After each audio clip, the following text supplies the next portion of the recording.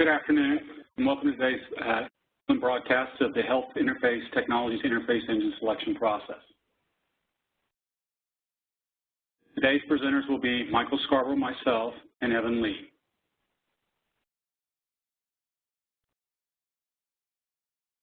Your phones have been automatically muted. Please use the Q&A panel to ask questions during the presentation, and we'll get to them at the end. Today's objectives are: what is an HL7 interface engine? What are the benefits of an HL7 interface engine? Point-to-point versus an interface engine. Choosing an interface engine. Core point interface engine survey results. OTB solution interface engine selection questions. What is an HL7 interface engine? An HL7 interface engine is an interface or an integration engine built specifically for the healthcare industry. It connects legacy systems by using a standard messaging protocols. Because hospitals and other healthcare providers usually have different systems for different aspects of their service, they often are unable to communicate with each other. HL7 gets around that problem by providing a framework for exchange, integration, and sharing and retrieval of electronic healthcare information. These standards are most commonly used throughout the world. What are the benefits of an HL7 engine? By using an HL7 interface engine, health providers can realize the benefits of existing legacy systems, information systems without reinvestment in new technologies or lowering costs and extending the life expectancy of current systems. There is also an opportunity to link systems outside the healthcare providers, such as providers of outsourced services like radiology. There are two basic types of interfaces: point-to-point interface and interface engines. Point-to-point interfaces are basically where the receiving organization, the one who will be receiving the information, provides a set of specifications to the sending organization, including what type of data it is capable and will be receiving, and what format it is needed to be in. The sending organization then builds an interface to meet those specifications. The interface is only used for that one line of communication. For every new application will require an interface. This process needs to be repeated over and over again. This is a very one-to-one type relationship. The pros of a point-to-point interface are this method is cost-effective for an interface that do not change or do not change quickly. The cons: this method can become expensive if the healthcare organization requires multiple interfaces to be built. This method does not provide a way to monitor the interface or determine connection status. This method does not provide the ability to review message logs to determine whether or not acknowledgments were received or to go back and look at the historic traffic over a particular interface. Interfaces can become very complex, increasing as the number of interfaces grow, and managing the communication environment becomes a great challenge. Interface engine interfaces. An interface engine can transform or map data to the receiving organization's requirements after it leaves the sending organization's systems. These are very flexible systems. If there is something that is needed to be changed or a lookup table that need to be used to switch from one set of values to another, the interface engine can easily do this. Interface engines are built with one-to-many concept in mind. They use one system to connect many disparate systems. In addition to the mapping, routing, and monitoring these interfaces can easily be performed and managed in an interface engine. Interface engine pros and cons. The pros: it reduces the dependency on multiple vendors to make changes in the format of the message to be sent or received. Leverages one import or export module from a core application, HIS, RIS systems, LIS systems, etc., and distributes the interface to multiple applications productively. Improves physician and client support through proactive interfacing, monitoring, and message log management. Enables flexibility to adapt to different HL7 message standards, XML, healthcare standards, etc., as well as different application data format specifications.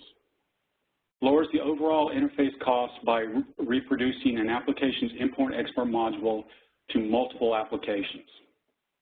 basically use and reuse. The cons are adds an application to manage in the IT environment.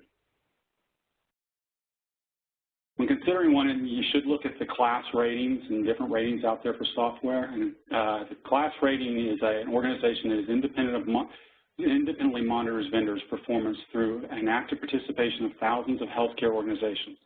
Class uses a stringent methodology to ensure that all data and ratings are accurate, honest, and impartial.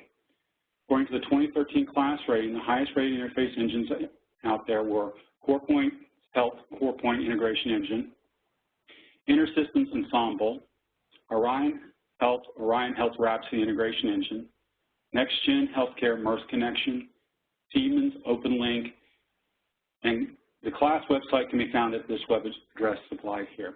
At this point, we're going to throw this to Fallon for the first survey question. Thank you, Michael. For the first poll question, I'm going to open this. We are interested in how many interfaces your organization has currently. So if you wouldn't mind taking a minute to answer this, we're trying to get an idea of who we have in the audience. So it looks like a lot of people are answering. We have a lot of people that have more than 50 interfaces, a good deal of people that have 10 or less. So looks like we have a good mix, but so far in the lead is more than 50. I'll leave this up for about 30 seconds or so more, so if you wouldn't mind answering that, but I'll pass it back to you, Michael. Actually, Evan's going to take the next part. So.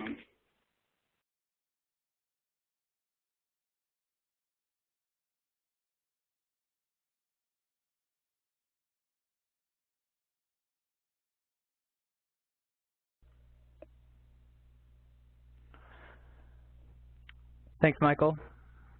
So when you're choosing an interface engine, there are certain different areas that you should be aware of in terms of areas that you should concentrate on as most important.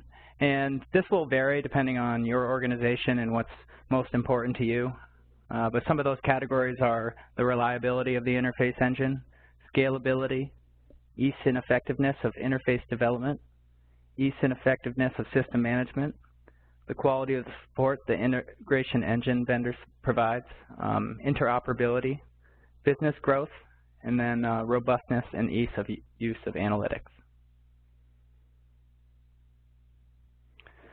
So the first question that you want to ask is, how reliable is this interface engine? So is there a plan for minimizing system downtime in case of an emergency? So maybe there's a huge power outage, or maybe there's a natural disaster and the power goes down for a long time and messages can't pass during that time. What is your interface engine vendor's policy and strategy for maintaining the quality of the data throughout those times? Do they have one? And does that align with what your organization expects during a situation like that? How about data recovery? And say there was an earthquake and one of the data centers went down and that data was lost. What sort of strategies and approaches does this interface engine vendor have for recovering data should it ever be lost? And do they have one? Do they have a history of proven performance? Has this integration engine vendor been at the top of the class rankings for many years? When you ask around for your affiliates and partners, can they back up this integration vendor? Or have they been improving over time? So maybe they weren't as popular 5 years ago, but maybe over time they've been getting better and better. So now they're increasing their ranks in the class rankings, and they're providing newer protocols and compatibility with new message types. Or have they been getting worse? So maybe they were a big player 5 years ago, and they've kind of been falling off of the cliff, and they haven't been doing as well as they had in the past. So if you want to look at trends in the healthcare industry in terms of interface engine vendors and how they've been moving in the ranks over time and what others are saying about them. Also, guaranteed message delivery. So when a message comes in, it's expected that it's going to get transformed into the appropriate specs and then get delivered to the outbound system. So maybe that doesn't happen for a particular message. What are the protocols and what are the strategies if a message doesn't get to where it's supposed to be at the right time? Is there a way, does the interface engine vendor have some sort of guarantee around message delivery? And if not, what will they do if a message doesn't end up where it's supposed to be when it's supposed to be there? How scalable is the integration engine? So you have a certain amount of traffic that you're sending and receiving right now, and that's all well and good, and you're going to want to pick an integration engine that can accommodate that sort of traffic. But you're going to grow and you're going to get bigger, and eventually in 5 years, 10 years, 15 years, you're going to be handling a lot more message traffic, especially as interoperability continues to pick up in the healthcare industry. So could the integration engine that you choose, are they able to handle, 2 times, 5 times, or 10 times, or even, 20 times more traffic than you're dealing with today? You always want to remember to plan the choice of your software where your organization plans to be in the future, and not just where you are today. How easy is development? So is there a simple, consistent graphical development environment in which you can work in? I've worked quite a bit with Orion Rhapsody, and one nice thing about their software is that you have this GUI where you're able to pretty much drag and drop all these tools and filters and mappers and routes, and you don't really need an extensive programming knowledge or any sort of knowledge of any programming languages in order to be able to build simple interface. It's really nice, and that's something you want to think about if you're going to have people inside of your organization working with ICs from the interface vendor and also inside of your organization. So are they going to be able to understand and also add value to the interfaces without having to learn a programming language or et cetera? But sometimes there's a need for sophisticated functionality. So maybe the out-of-the-box tools like the filters and like a rule-based message routing isn't going to be sufficient in order to accommodate whatever needs you need in terms of manipulating or routing the messages. So is there the ability for sophisticated users to extend functionality of the system? So for example, in Orion Rhapsody, there's this filter. It's called the JavaScript filter, and you can route HL7 messages through that filter, and you can code native JavaScript, which is really helpful for situations where just the out-of-the-box tools just don't do the job, just because it's a complicated, whatever you're doing is pretty complicated. Is there the ability to create rule-based message routing? So let's say, for example, you have 3 different types of ORU messages. You have labs, RADs, and transcription documents that you need to deliver to 3 different endpoints. Is there the ability inside of your interface engine to be able to read something inside of the message that indicates that it's either a radiology, a transcription, or a lab? Or is there the ability to set properties on those messages, even if it isn't inside the HL7 messages? It's a property that kind of tags alongside the message, so the system can read that and then know that it's that type of message and route accordingly. Also, are there standards to create solutions involving a multitude of standards? So standards like HL7, X12, XML, SOAP, etc. How easy is management? Are there dashboards available for viewing system statuses at a glance? So can you see levels of traffic, how quickly messages are processing, what makes it in, what doesn't?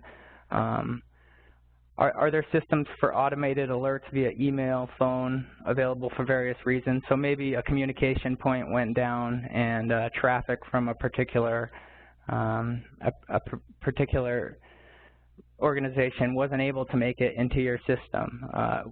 Could you get an alert via email or phone that would let you know that that communication point was down, so you could go and have your IT staff resolve it as quickly as possible, or you could get in touch with the interface engine vendor? Are those type of alerts available? Is there the ability to aggregate, analyze, and report on messages flowing through the system without using external software? So like I was talking about earlier, can you see message counts? Can you maybe 5,000 messages have gone through your system. Is there a way to look at what a specific field in those messages is for each one of the messages that flowed through? So maybe you want to know what the name of the test was for a specific, for all of the different labs that flowed through your system. Does your integration engine vendor have the ability to be able to analyze information like that? Can users stop, start, and upgrade individual interfaces while the system's running? So let's say you had 50 interfaces and they were all up and running, but at some point you realized that something was not mapped correctly, so you had to go back and go ahead and edit one of those interfaces. Does your system have the ability to go ahead and open that route and edit it while the system continues to run in the background? One nice thing about Orion Rhapsody is that you can go ahead and check out a certain route. And what that does is it maintains the original configuration, and that's still running in the background while you kind of like download your own local version. And you can edit and update that new local version while the older version is continuing to run in the background. And then as soon as you're finished updating and have tested that new route, you can go ahead and save and check it back in. And when that happens, the messages just seamlessly start writing onto that new configuration instead of the old one. So is there a way to continue the message flow without disrupting any sort of information transfer? Can users track and trace messages as they move through the system in order to assess how the message changes over time and how long the processes take? So messages will come in and they'll go through filters and they'll change, and then they'll go through mappers and they'll change again, and they'll continue to change until they're in the format that they need to be at the end when they hit the end system. So is there a way for you to monitor how those changes happen over time so you can kind of troubleshoot? Maybe some changes aren't happening the way you wanted to. Can you pin down exactly where that's happening and why that's happening with a diagnostic tracking system like that? How good is the support and how accessible is your vendor? So are the staff of your potential interface engine vendor knowledgeable? Are they dedicated?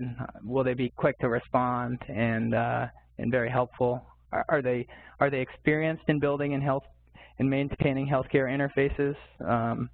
And also another thing to think about is, do they have support staff in your time zone? So for example, Orion Rhapsody is in Australia, but even though they still have a lot of staff here in the United States. So these organizations are all over the place, so you just want to make sure that whichever one you choose has a fit in all those different areas.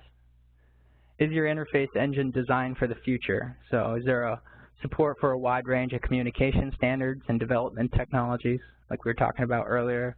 Is the engine specifically designed for creating connected systems in healthcare, or is it just an integration engine for anything in general? For the most part, if you're in healthcare, you're going to want to pick an integration engine that is specifically designed for healthcare.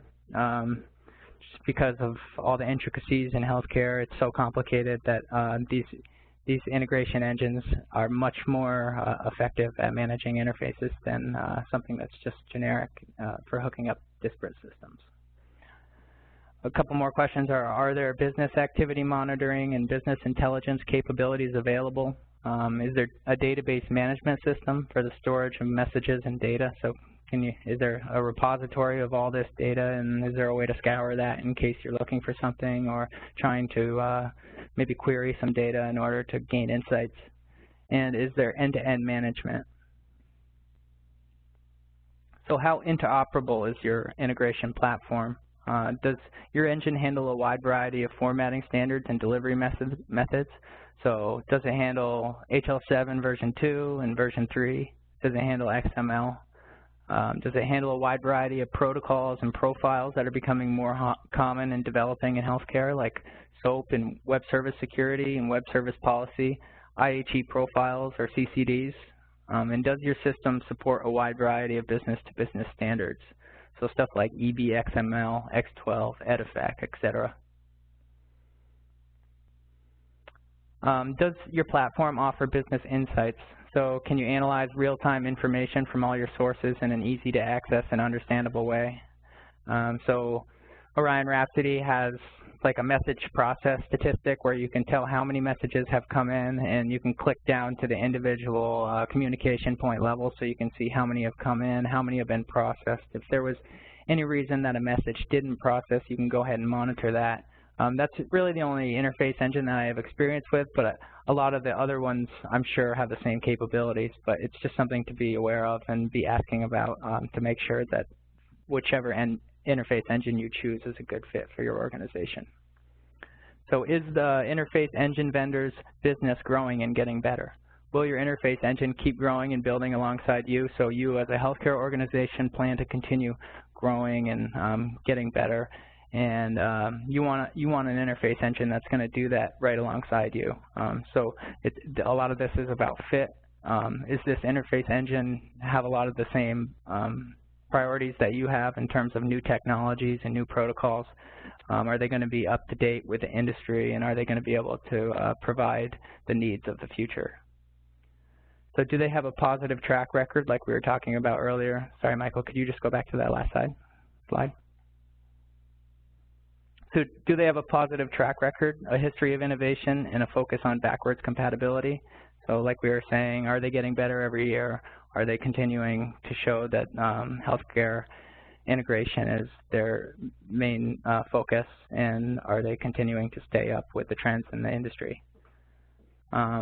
As we mentioned, you should probably try to plan for the future instead of just planning for today. So you want to look out 10 to 15 years the best you can in terms of trends, and try and find an interface engine that is continuing to meet those. So we were doing a little bit of research on interface engine statistics in general, and we found this CorpPoint Health Interface Engine Survey, which we thought had some pretty interesting statistics in it. There were over 860 individuals that participated in this survey. The people who were surveyed were CIOs, CTOs, CMIOs, IT managers, and integration professionals. They all lived in the U.S. They're employed by healthcare organizations, and they're predominantly healthcare provider organizations that all use HL7 interfaces. And we're going to post this slide deck to our wiki, the Gailen wiki, after this presentation. So there's quite a few useful URLs in here. So if you want to reference back to this PDF in the future, you can find a lot of those useful URLs on our wiki. So there's the URL. When asked, when these 860 respondents were asked what the most commonly used healthcare engine technologies were used in their organizations, the number 1 was Cloverleaf, which is the Lawson product. Number 2 was Epic. Number 3 was Mirth Connect. Number 4 is the one-to-one point-to-point interfaces. Number 5 was Rhapsody Orion Health with 18.6. Iguana was 18.1. And OpenLink Siemens came in 7th. And here is just a more extensive list directly from the document itself. And you can just see some of the organizations with lower volume numbers.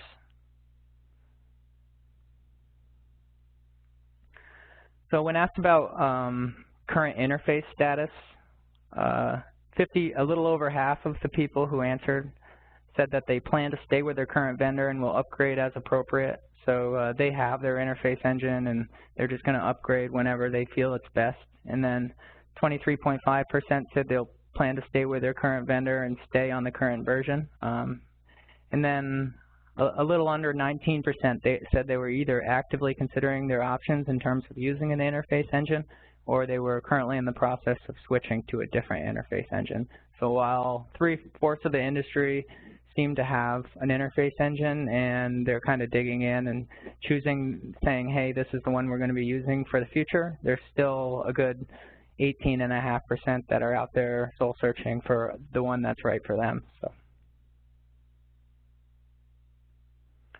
HIE challenges. So the question was, what are your organization's biggest challenges regarding HIE? And 3 most popular responses were integration, technology, and so getting the messages to pass and in the correct way, and technology is changing, so staying up with those trends. And then in addition, business model and sustainability. So how does this integration fit in with what you're doing now? How does it help your business? And also, what is the maintenance of these routes and interfaces and integration engines going to look like going forward?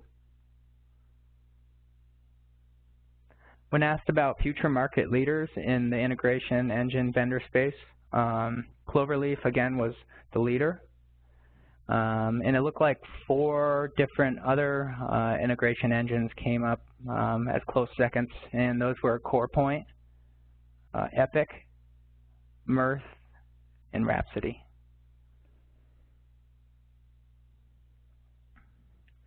So again, we were doing a lot of research on what's the best way to go ahead and select a interface engine.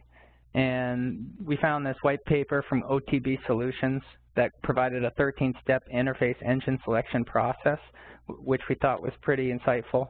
And they also provided in that report some reasons why interface engines typically fail. And finally, they provided a long list of good request for information questions that you can ask potential interface engine vendors when you're out there information gathering and trying to figure out which one's the best fit for you.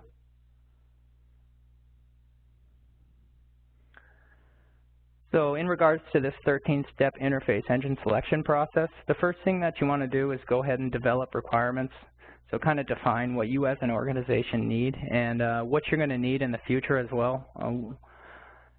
Like we've been saying all throughout the presentation, it's very important that you don't just look at a snapshot of now. You need to look at where things are going and where your organization's going as well. So what sorts of things are picking up in healthcare information technology and which interface engines are aligned well with what your organization is specifically concentrating on, and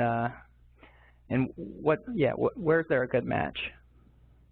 So once you've found a list of potential interface engine vendors, what you're going to want to do is create that request for information document, and what that's going to do is kind of be information gathering from each different interface engine option, potential interface engine, and you're going to want to ask all the questions that are important to your organization and get all the information you can and see which ones that you like best.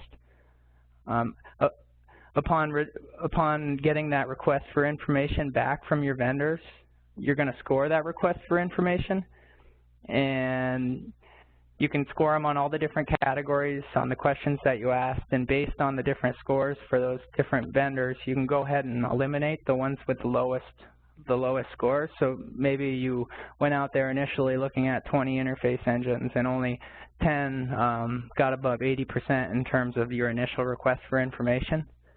So you could go ahead and eliminate those bottom 10 as possibilities for an interface engine that your organization would select. Once you've trimmed that down, you can go ahead and invite vendors for a sales demo. And upon that sales demo, you can kind of see how the program works, what sorts of different functionality it has. You can ask questions amongst the salespeople. You can just gather a little bit more information and start to become a little more focused on which you think is actually going to be the one that you're going to select. And based on that sales demo, you're going to kind of reiterate the same process that you did with the request for information scoring, and which ones were you most impressed with for these unbiased factual reasons, and which ones were you not that impressed with, and go ahead and, if you want to, eliminate a couple more of the outliers and you know, keep your eyes on the ones that you are most impressed with. After you've done that, you can invite vendors for a proof of concept session. And a proof of concept session, you can have the interface engine staff come in, and you can maybe work with them to build. You can actually get your hands on the product and have your staff use the product, and maybe build a simple interface with the help of their support team, and maybe build a more complex interface with the help of their support team, and then maybe you can run a large volumes of messages through those routes to see how the analysis tools work, to see how the dashboards inside the management consoles work, and kind of just get a feel of how the actual program works, and get a feel of what it's going to be able to provide you in terms of value. Based on that proof of concept, again, you're going to do another scoring round and eliminate a couple more. And at that point, you can go ahead and set out a request for proposal and a request for quotation. So go ahead and kind of start doing the paperwork and ask about pricing and what kind of costs are going to be involved in this integration engine implementation. And then based on the response that you get there, you can score your request for proposal and request for quotation, including aspects regarding how much things are going to cost and what sort of ROI this is going to produce for your organization. And then finally, from that final analysis, you will select your ultimate vendor that you feel has the best fit for your organization, and you can then negotiate the final deals, obtain final signatures, and go ahead and notify your organization to let them know what sorts of effects that this integration is going to ultimately have on them personally. So here's an example of the scoring grid that OTB provided in their report. And as you can see, it's kind of like an Excel spreadsheet, and on the left here, each of the different rows has a different category. And in this example, they're all weighted equally, but let's say your organization had a particular focus, and maybe something was more important than the other areas. You could go ahead and change the factor from 1 to 2 to make it count twice as much in the ultimate score. So this is kind of cool in that you can kind of customize the scorecard to make it help fit your organization. Could you go back, Michael, just for 1 second? Thanks.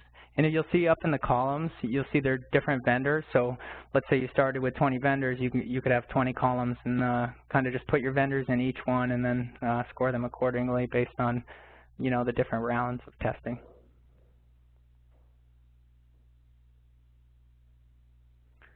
So some reasons why interface engine selections fail. The first is biases towards a vendor or towards a technology. So maybe in the past you've had an experience with a particular vendor or technology that elicited an emotional response, and you kind of stuck with you. So maybe you had a good experience with a vendor, or maybe you had a bad experience with a vendor, but your view of them is kind of skewed through your past. And in a case like that, sometimes that can affect your decision making. So when that happens, it's important to get other people's perspective and try to approach your selection from an as unbiased approach as possible. Another reason why interface engine selections might fail is maybe you're rushed in your decision making. Maybe you have a deadline to meet for meaningful use, or just to connect to an HIE. When time is the #1 factor, oftentimes mistakes are made and shortcuts are taken. So it's really important that you take your time to make the right decision, because as we know, switching from interface engine to interface engine is a big amount of work, and it's also a huge decision for your organization. Another mistake is that maybe only one vendor was considered. So you said, oh, I like that one because it's the first one I saw and it does the same as all the other ones do. That's probably a mistake, because each interface engine, while most of them are pretty similar, each one specializes and is better at something, and everyone's also a little worse at something. And most of them are adequate, but you really want to find the best fit for your organization. Again, we've been this theme has been throughout the presentation, but replacing what is known is a mistake instead of what could be. So you need to anticipate what your future state of your interface engines in your integrations are going to be. So right now you have 10 interfaces, but maybe 10 years down the road you're going to have 500 interfaces. So you're going to want to pick an integration engine that in 10 years is going to be able to handle 500 interfaces really well for you in just the way that you need. So it's important that you continue to look long term and anticipate any challenges that your organization is going to run into in the future. Also, you shouldn't misjudge the level of effort required to change interface engines. It's a huge endeavor to go ahead and say, hey, we're going to move over from this interface engine to this interface engine. It's not just, it's not like changing your clothes in the morning. So it's really important that you're making that decision for the right reasons, and that you've given it a careful, considered approach. So these are from the OTB Whitepaper report, and there are the URL was on a previous slide, and it's also at the end under the resources page. If you want to go and check out these questions after the presentation, or maybe your organization is looking to select an interface or switch interface engines, there are some really good questions on here. I think there's 163 or something like that in all sorts of different categories, so it's really helpful. I just wanted to give you kind of like some examples to show you what kinds of questions they were asking. The first category was engine development, environment, and tools. And some of the questions were, briefly describe the usability of the developer GUI. Does the application provide for any standard interfaces, libraries, templates, or routines? Is there an internal HL7 library in the application? How often do customers receive updates? What languages are available for scripting? How do you promote code from one environment to another, so like from dev to test or test to staged, etc.? Engine support. Is there monitoring in the application? Please describe what sort of monitoring you offer. Does your system have connection alerting? Please describe what sort of alerts you can send. What analytics and metrics can be produced from your system? Is there a dashboard that we can use to, get insights into what's happening? How often are new major versions of your product released? How often are minor updates released? Does that align with what your organization is doing in terms of updates and product releases as well?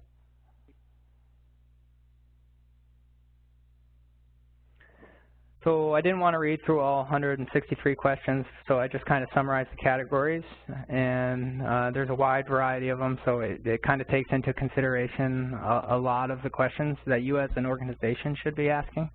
So I found this really helpful. And some of those categories were data migration, conversion, training, server configuration, availability and disaster recovery, software capacity, network, database, desktop client and user devices, web-enabled standards, excuse me, remote access, customer vendor support, security, HIPAA, and business.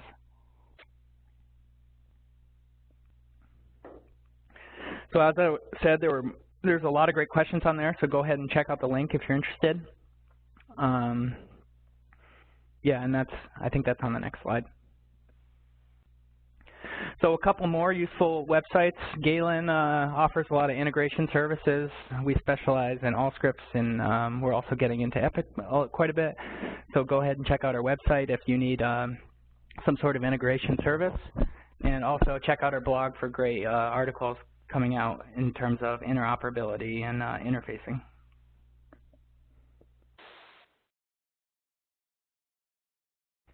And at this point, I think we can go ahead and open up the questions. Let's see if we have any off to the side here.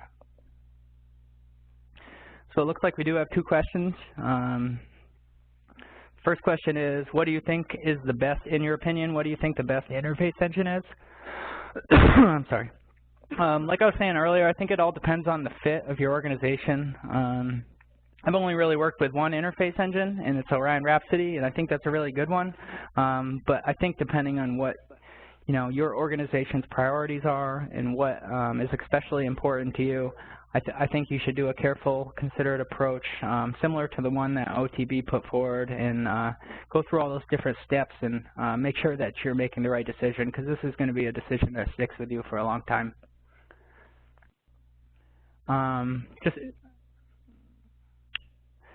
Just wanted to mention that I did see a stat that class was rated CorePoint Health as #1 for 4 years in a row. So that's pretty impressive, as class is kind of the predominant voice and unbiased ratings of healthcare software. I've also, just like the survey said, we've also heard good things about Cloverleaf, Epic, and Mirth. I don't have any personal experience with those, but seems like they've gotten good ratings.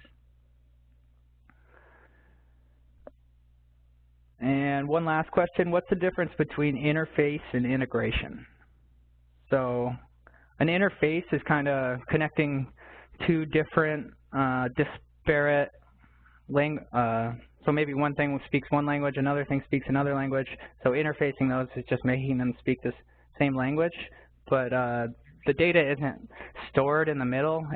It's still stored on either end, whereas an integration engine, it helps different systems speak the same language, but that data can be stored in the middle.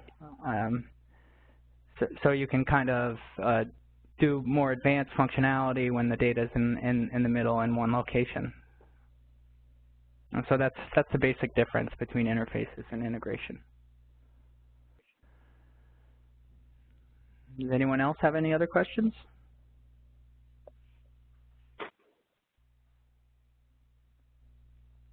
Okay, well, at this point, I think we can go ahead and conclude the presentation. I'd like to thank you all for joining, and I hope that you found the information helpful and useful as well. Thanks.